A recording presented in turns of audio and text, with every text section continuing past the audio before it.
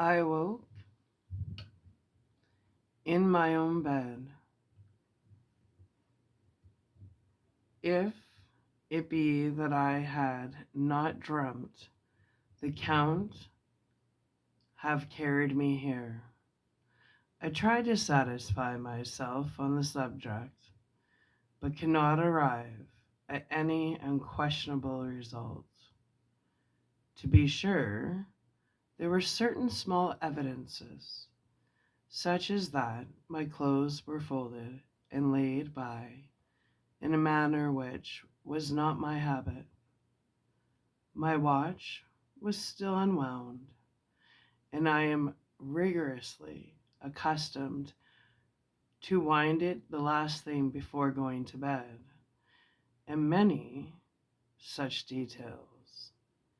But these things are no proof, for they may have been evidences that my mind was not as usual, and from some cause or another, I had certainly been much upset. I must watch for proof. Of one thing I am glad. If it was the Count that carried me here and undressed me, he must have been hurried in his task, for my pockets are intact.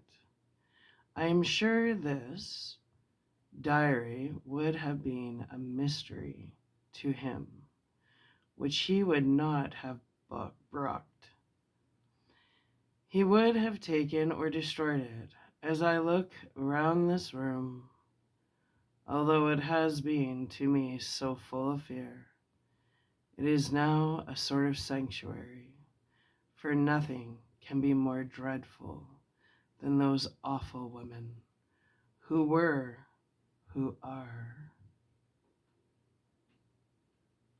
waiting to suck my blood. 18th of May. I have been down to look at that room again in daylight, for I must know the truth. When I got to the doorway at the top of the stairs, I found it closed. It had been so forcibly driven against the jamb that part of the woodwork was splintered. I could see that the bolts of the lock had not been shot, but the door is fastened from the inside. I fear it was no dream, and must act on this sunrise. 19th of May. I am surely in the toils. Late night the Count asked me, in the suavest tones, to write 3 letters, one saying that my work here was nearly done, and that I should start for home within a few days. Another that I was starting on the next morning from the time of the letter. And the third that I had left the castle and arrived at Bistritz. I would fain have rebelled, but felt that in the present state of things, it would be madness to quarrel openly with the Count whilst I am so absolutely in his power. And to refuse would be to excite his suspicion and to arouse his anger. He knows that I know too much, and that I must not live, lest I be dangerous to him. My only chance is to prolong my opportunities. Something may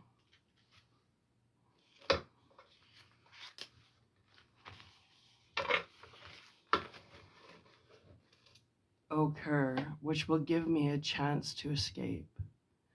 I saw in his eyes something of that gathering wrath which was manifest when he hurled that fair woman from him.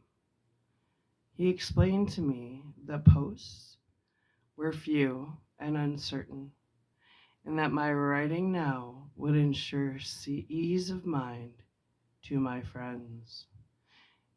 And he assured me with so much impressiveness that he would countermand the later letters, which would be held over at Bistritz until due time, in case chance would admit of my prolonging my stay, that to oppose him would have been to create new suspicion. I therefore pretended to fall in with his views and asked him what dates I should put on the letters. He calculated a minute and then said, "The first should be June the 12th. The second, June the 19th. And the third, June the 29th. I know now that the span of my life, God help me, the 28th of May. There is a chance of escape, or at any rate, of being able to send word home. A band of Ciganai have come to the castle and are encamped in the courtyard. These Ciganais are gypsies. I have notes of them in my book.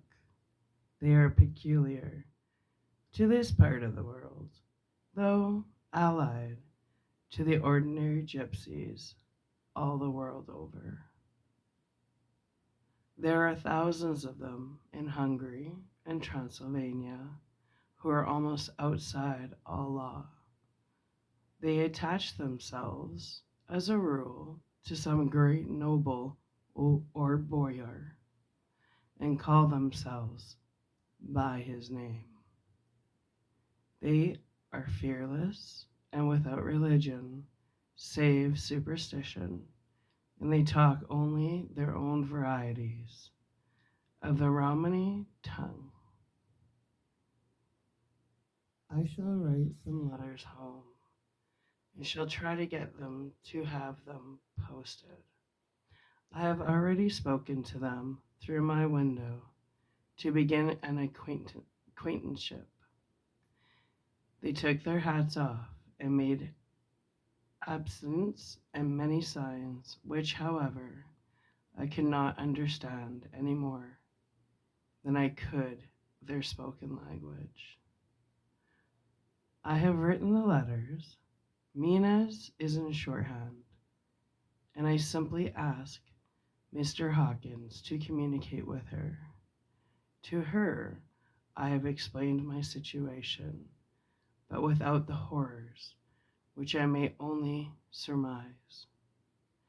It would shock and frighten her to death were I to expose my heart to her. Should the letters not carry, then the Count should not yet know my secret or the extent of my knowledge. I have given the letters. I threw them through the bars of my window with a gold piece and made what signs I could have them posted. The man who took them pressed them to his heart and bowed, and then put them in his cap. I could do no more. I stole back to the study and began to read, as the Count did not come in. I have written here, the Count has come. He sat down beside me and said in his smoothest voice, as he opened two letters, "The Sagani has given me these, of which, though I know not whence,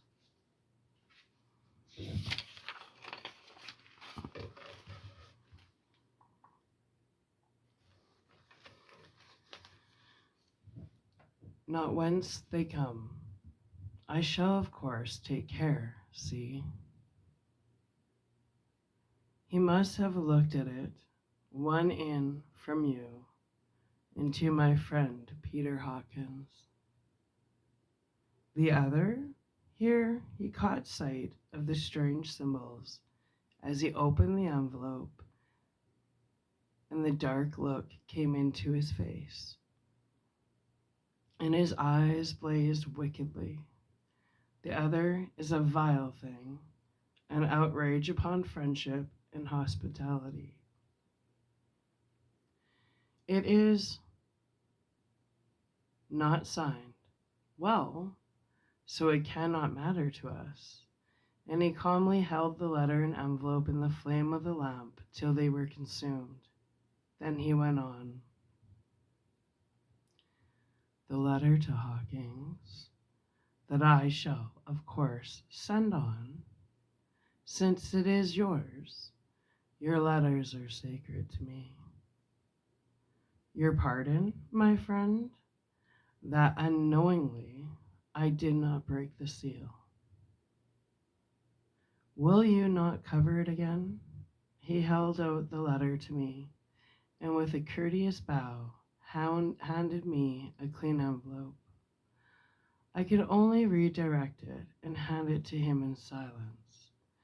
When he went out of the room, I could hear the key turn softly. A minute later, I went over and tried it, and the door was locked.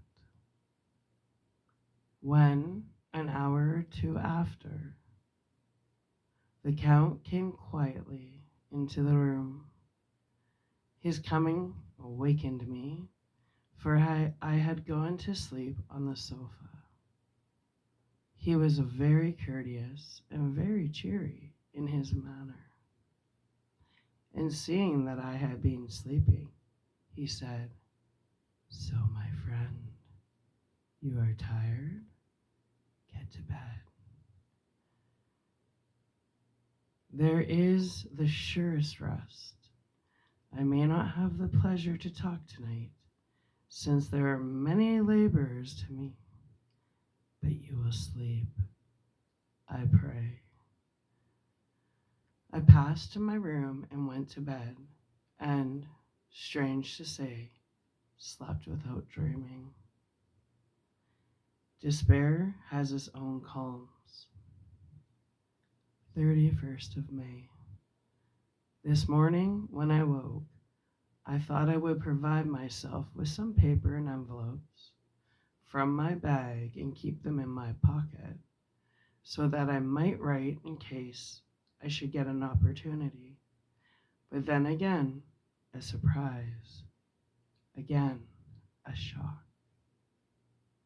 Every scrap of paper was gone, and with it all my notes, my memoranda relating to the railways and travel, my letter of credit, in fact, all that might be useful to me were I once outside the castle.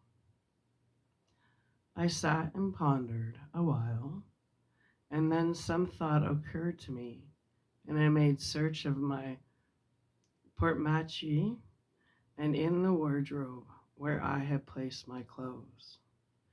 The suit in which I had traveled was gone, and also my overcoat and rug. I could find no trace of them anywhere. This looked like some new scheme of villainy. 17th of June. This morning, as I was sitting on the edge of my bed, cudgeling my brains, I heard without a crackling of whips and pounding and scraping of horses, feet up the rocky path beyond the courtyard. With joy, I hurried to the window and saw drive into the yard 2 great leader wagons, each drawn by 8 sturdy horses, and at the head of each pair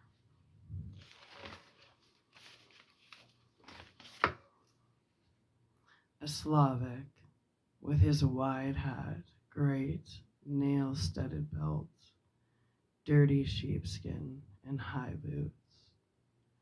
They had also their long staves in hand. I ran to the door, intending to descend and try and join them, although the main hall, join them through the main hall, as I thought that way might be open for them. Again, a shock. My door was fastened on the outside. Then I ran to the window and cried to them. They looked up at me stupidly and pointed. But just then, the hetman of the Scani came out, and seeing them pointing to my window, said something, at which they laughed. Henceforth, no effort of mine, no piteous cry, or agonized entreaty would make them even look at me. They resolutely turned away.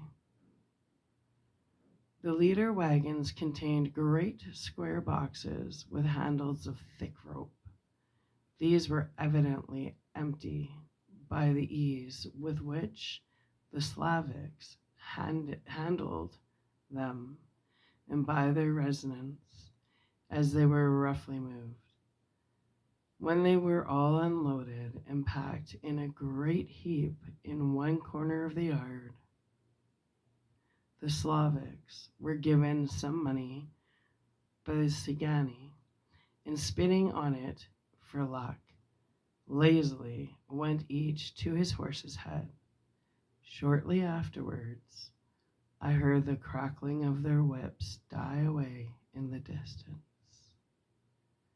24th of June, before morning. Last night the Count left me early and locked himself into his own room. As soon as I dared, I ran up the winding stair and looked out the window which opened south. I thought I would watch for the Count, for there is something going on. The Cigani are quartered somewhere in the castle, and are doing work of some kind. I know it for now, and then I hear a faraway, muffled sound as a mattock and spade, and whatever it is, it must be to the end of some ruthless villainy. I had been at the window somewhat less than half an hour, when I saw something coming out of the Count's window. I drew back and watched carefully, and saw the whole man emerge. It was a new shock to me to find that he had on the suit of clothes which I had worn whilst traveling here, and slung over his shoulder the terrible bag which I had seen the woman take away. There could be no doubt as to his quest, and in my garb too. This, then, is his new scheme of evil, that he will allow others to see me as they think, so that he may both leave evidence that I have been seen in the towns or villages posting my own letters, and that any wickedness which he may do shall by the local people be attributed to me. It makes me rage to think that this can go on, and whilst I am shut up here, a veritable prisoner, but without that protection of the law which is even a criminal's right and consolation. I thought I would watch for the Count's return, and for a long time sat.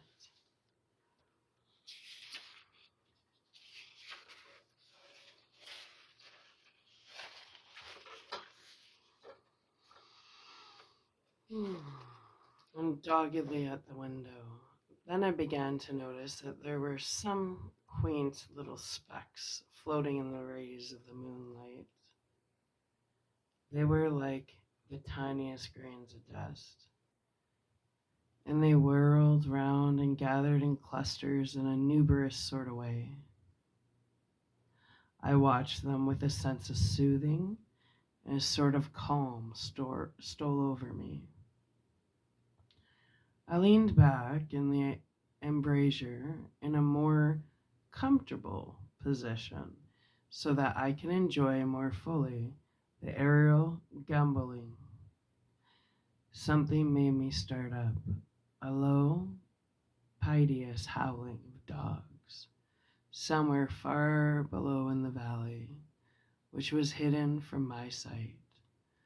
Louder it seemed to ring in my ears, and the floating motes of dust to take new shapes to the sound as they danced in the moonlight.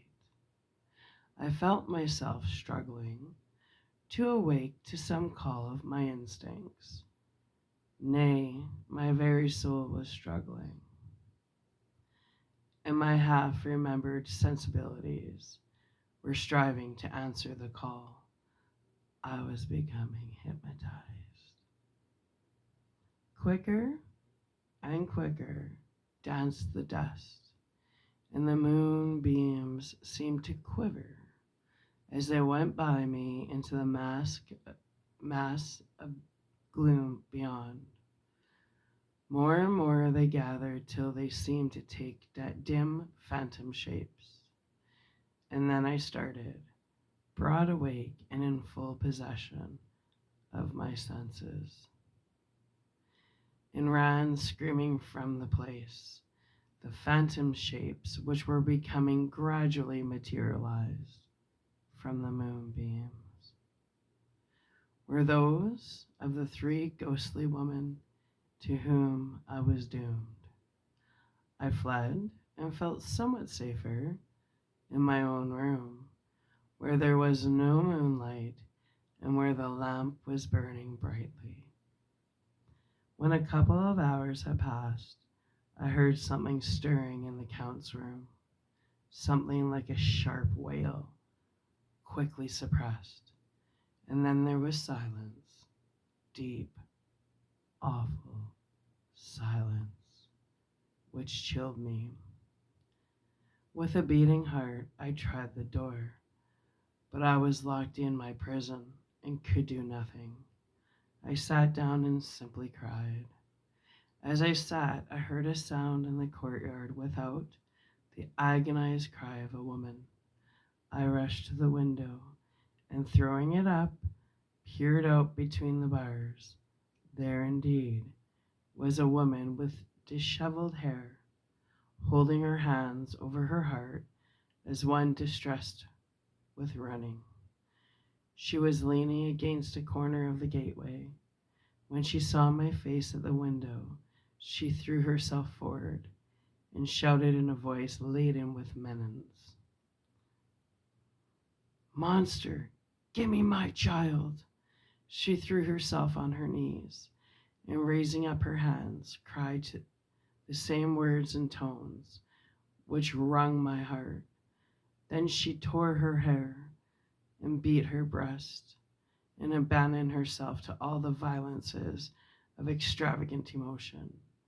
Finally, she threw herself forward, and though I could not see her, I could hear the beating of her naked hands against the door.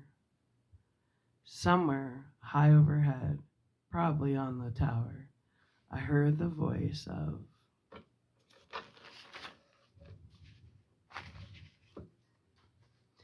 the Count calling in his harsh, metallic whisper. His calls seemed to be answered from far and wide by the howling of wolves. Before many minutes had passed, a pack of them poured, like a pent-up dam, when liberated through the wide entrance into the courtyard. There was no cry from the women, and the howling of the wolves was but short. Before long, they streamed away singingly, licking their lips. I could not pity her, for I knew now what had become a fur child, and she was better off dead. What shall I do? What can I do? How can I escape this dreadful thrall of night and gloom and fear? 25th of June, morning. No man knows till he has suffered from the night how sweet and how dear to his heart than I the morning can be. When the sun grew so high this morning that it struck the top of the great gateway opposite of my window, the high spot which it touched seemed to me as if the dove from the ark had lightened there. My fear fell from me as if it had been a vaporous garment which dissolved in the warmth. I must take action of some sort while the courage of the day is upon me. Last night, one of my post-dated letters went to post, the first of that fatal series which is to blot out the very traces of my existence from the earth. Let me not think of it action. It has always been at night time that I have been molested or threatened, or in some way in danger or in fear. I have not yet seen the Count in the daylight. Can it be that he sleeps when others wake, that he may be awake whilst they sleep? If I could only get into his room. But there is no possible way. The door is always locked. No way for me. Yes, there is a way, if one dares to take it. Where his body has gone, why may not another body go? I have seen him myself crawl from his window. Why should not I imitate him and go in by his window?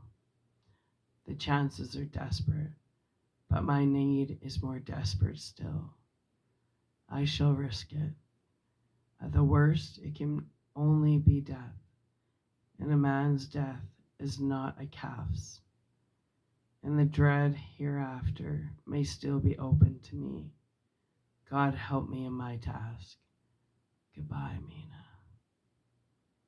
If I fail, goodbye, my faithful friend and second father. Goodbye, all, and last of all, Mina. Same day later. I have made the effort, and God helping me, have come safely back to this room. I must put down every detail in order. I went whilst my courage was fresh straight to the window on the south side, and at once got outside on the narrow ledge of stone which runs round the building on this side. The stones were big and roughly cut, and the mortar had, by process of time, been washed away between them. I took off my boots, and ventured out on the desperate way.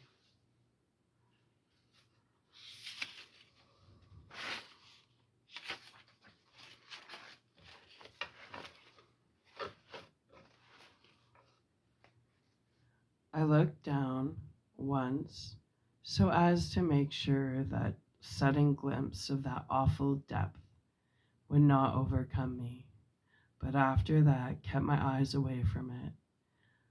I knew pretty well the direction and distance of the Count's window, and made for it as well as I could, having regard to the opportunities available. I did not feel dizzy. I suppose I was too excited. And the time seemed ridiculously short till I found myself standing on the window sill and trying to raise up the sash. I was filled with agitation, however, when I bent down and slid feet foremost in through the window. Then I looked around for the Count, but, with surprise and gladness, made a discovery. The room was empty. It was barely furnished with odd things, which seemed to have never been used. The furniture was something the same style as that in the south rooms, and was covered with dust. I looked for the key, but it was not in the lock, and I could not find it anywhere. The only thing I found was a great heap of gold in one corner. Gold of all kinds, Roman and British, and Australian and Hungarian, and Greek and Turkish money, covered with a film of dust, as though it had been lain long in the ground.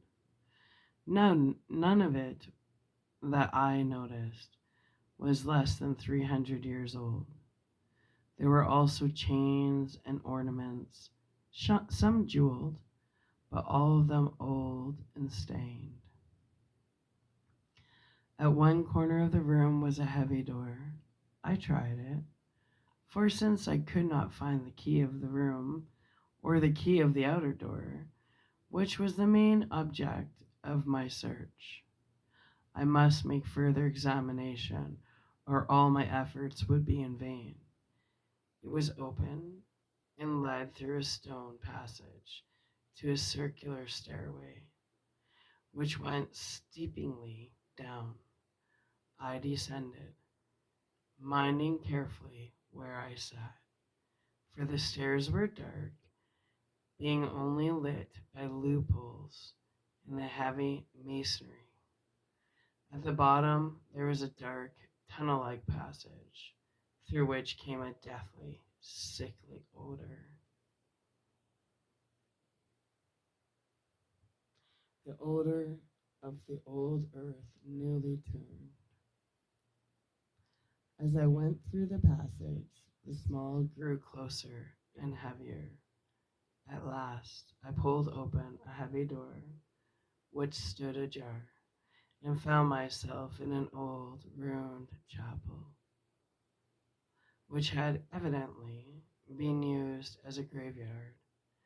The roof was broken, and in two places were steps leading to vaults, for the ground had recently been dug over, and the earth placed in great wooden boxes, manifestly those which had been brought by the Slavics. There was nobody about, and I made search for any further outlet, but there was none. Then I went over every inch of the ground so as not to lose a chance. I went down even into the vaults, where the dim light struggled, although to do so was a dread to my very soul. Into two of these I went, but saw nothing except fragments of old coffins and piles of dust. In the third, however, I made a discovery.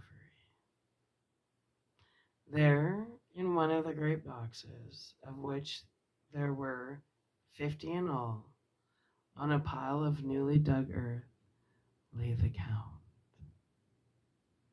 He was either dead or asleep.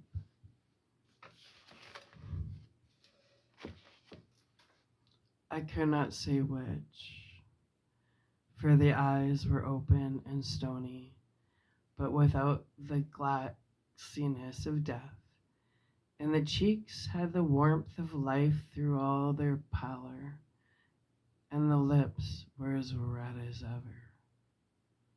But there was no sign of movement, no pulse, no breath, no beating of the heart. I bent over him and tried to find any sign of life, but in vain.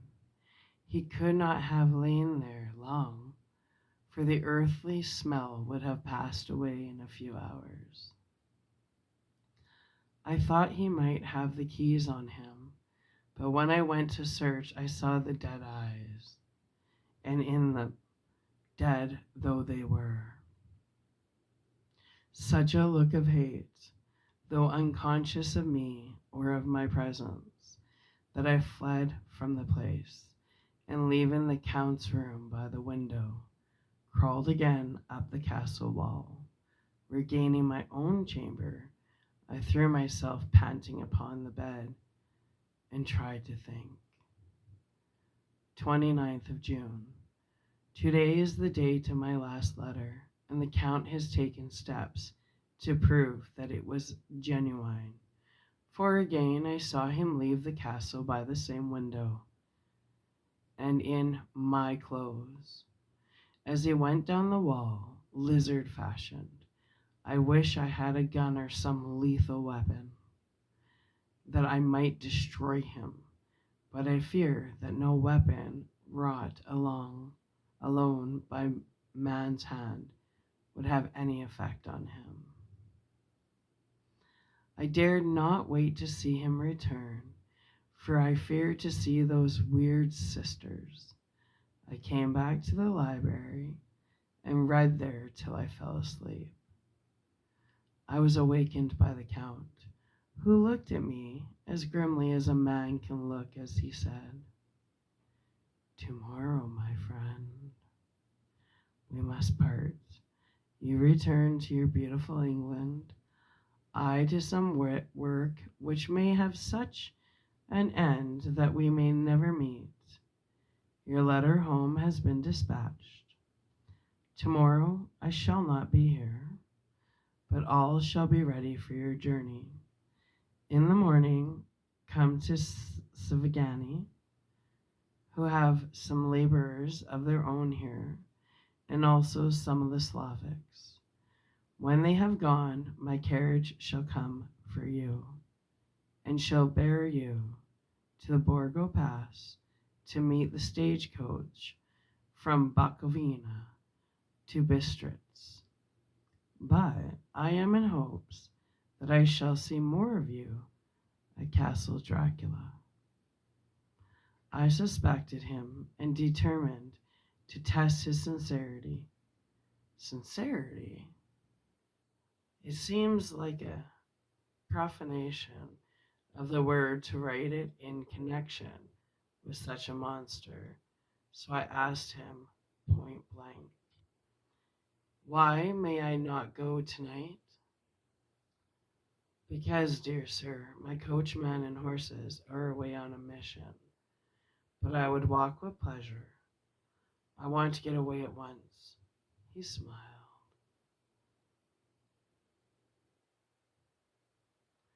Such a soft, smooth, diabolical smile that I knew there was some trick behind his smoothness. He said, "And your baggage?"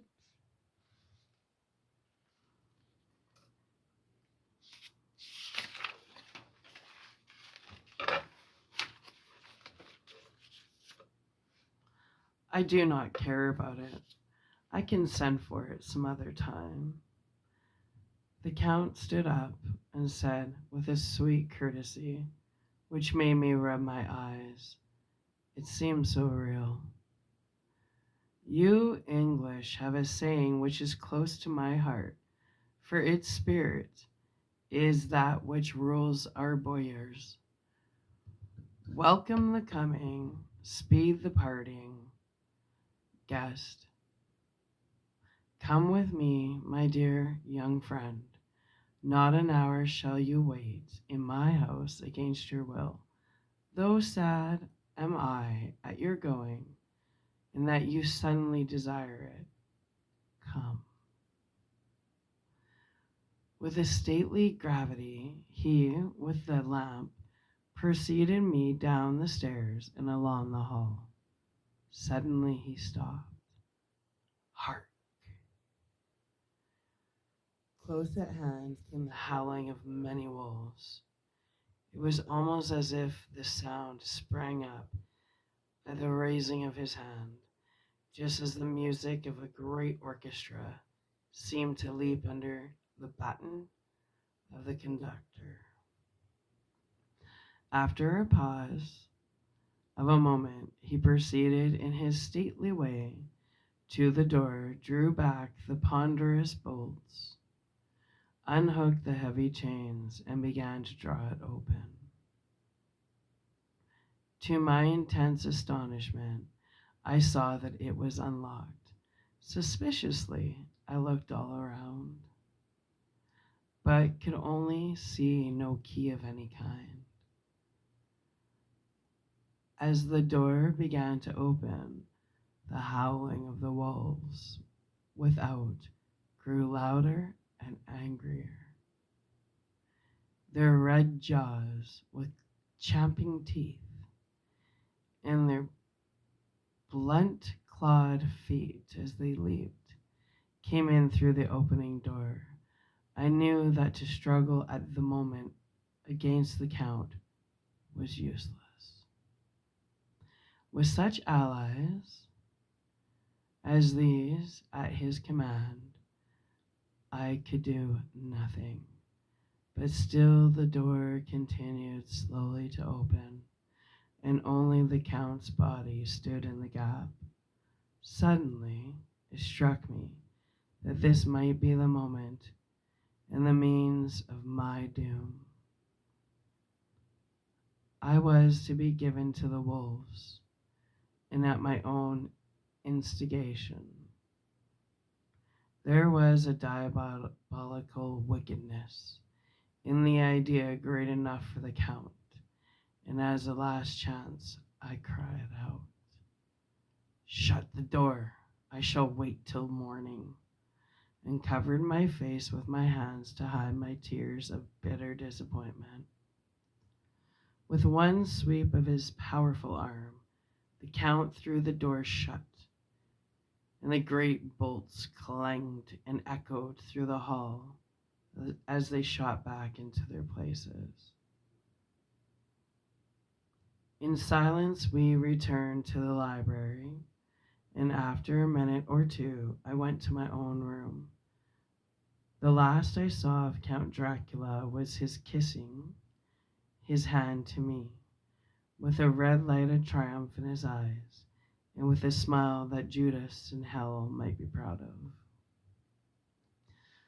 When I was in my room and about to lie down, I thought I heard a whispering at my door. I went to it softly and listened. Unless my ears deceived me, I heard the voice of the Count.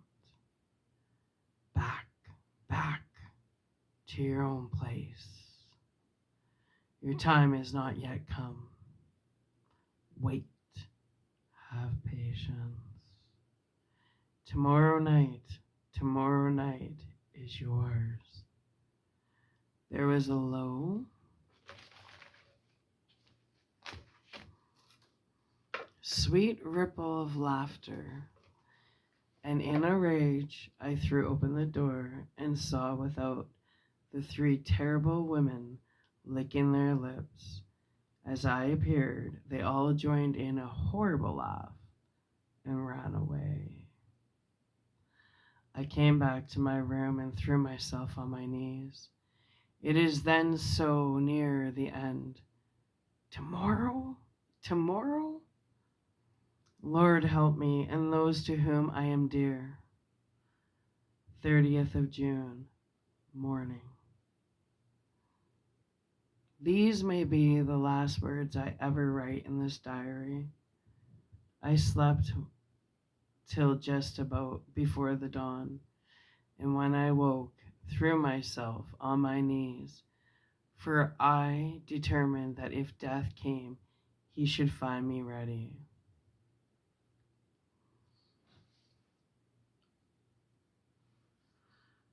At last, I felt that subtle change in the air and knew that the morning had come. Then came the welcome cock crow, and I felt that I was safe. With a glad heart, I opened my door and ran down to the hall. I had seen that the door was unlocked and now escape was before me. With hands that trembled with eagerness, I unhooked the chains and drew back the massive bolts. But the door would not move. Despair seized me. I pulled and pulled at the door and shook it till, massive as it was, it rattled in its casement. I could see the bolt shot. It had been locked after I left the Count. Then a wild desire took me to obtain that key at any risk, and I determined then and there to scale the wall again and gain the Count's room. He might kill me, but death now seemed the happier choice of evils. Without a pause, I rushed up to the east window and scrambled down the wall. As before, into the Count's room. It was empty. But that was as I expected. I cannot see a key anymore.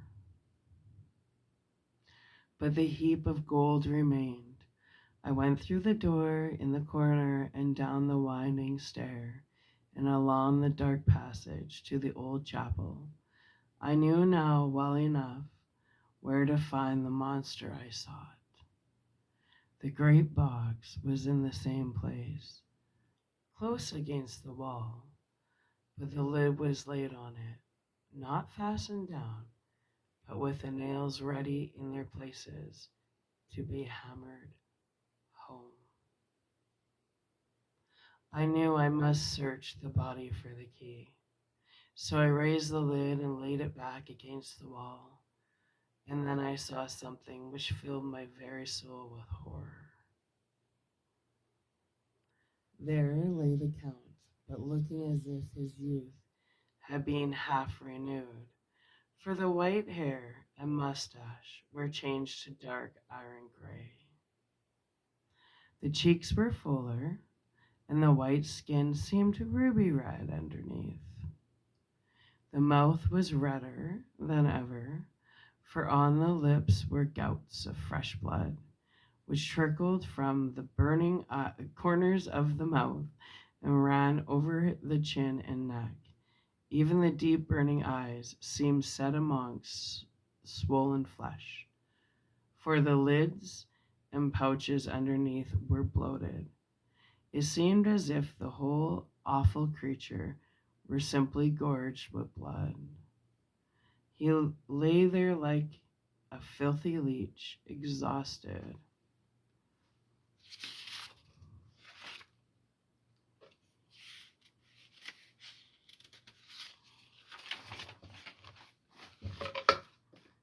With his repletion, I shuddered as I bent over to touch him, and every sense in me revolted at the contact. But I had to search, or I was lost. The coming night might see my own body a banquet in a similar way to those horrid three. I felt all over the body, but no sign could I find of the key. Then I stopped and looked at the Count. There was a mocking smile on the bloated face, which seemed to drive me mad.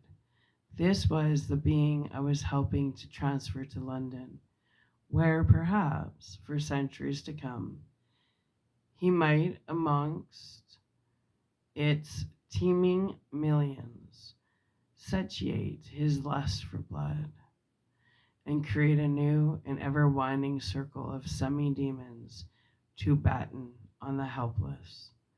The very thought drove me mad. A terrible desire came upon me to rid the world of such a monster. There was no lethal weapon at hand, but I seized a shovel which the workman had been using to fill the cases, and lifted it high, struck with the edge downward. at the hateful face, but as I did, so the head turned, and the eyes fell upon me with all their blaze of basilisk horror. The sight seemed to paralyze me, and the shovel turned in my hand and glanced from the face, merely making a deep gash above the forehead. The shovel fell from my hand across the box, and as I pulled it away, the flange of the blade caught the edge of the lid, which fell over again and hid the horrid thing from my sight. The last glimpse I had was of the bloated face, blood-stained and fixed with a grin of malice which would have held its own in the nethermost hell. I thought and thought what should be my next move, but my brain seemed on fire, and I waited with a despairing feeling growing over me. As I waited, I heard in the distance a gypsy song sung by merry voices coming closer, and through their song the rolling of heavy wheels and the cracking of whips. The Singini and the Slavics of whom the Count had spoken were coming. With a last look around and at the box which contained the vile body, I ran from the place and gained the Count's room, determined to rush out at that moment the doors should be opened. With strained ears I listened and heard downstairs the grinding of the key in the great lock and the falling back of the heavy door. There must have been some other means of entry, or someone had a key for one of the locked doors. Then there came the sound of many feet tramping and dying away in some passage, which sent up a clanging echo. I turned to run down again towards the vault, which I might find the new entrance, but at that moment there seemed to come a violent puff of wind, and the door to the winding stair blew to with a shock that set the dust from the lintels flying. When I ran to push it open, I found that it was hopelessly fast. I was again a prisoner, and the next doom was closing around me more closely. As I write, there is in the passage below a sound of many tramping feet,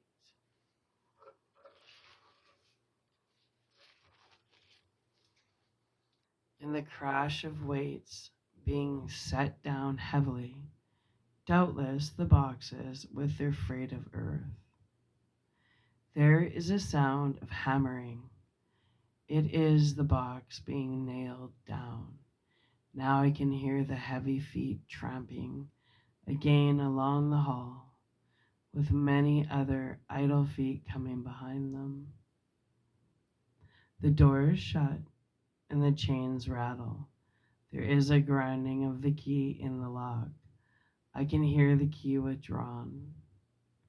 Then another door opens and shuts. I hear the creaking of lock and bolt. Hark! In the courtyard and down the rocky way, the roll of heavy wheels, the crack of whips, and the chorus of the Sagani as they pass into the distance.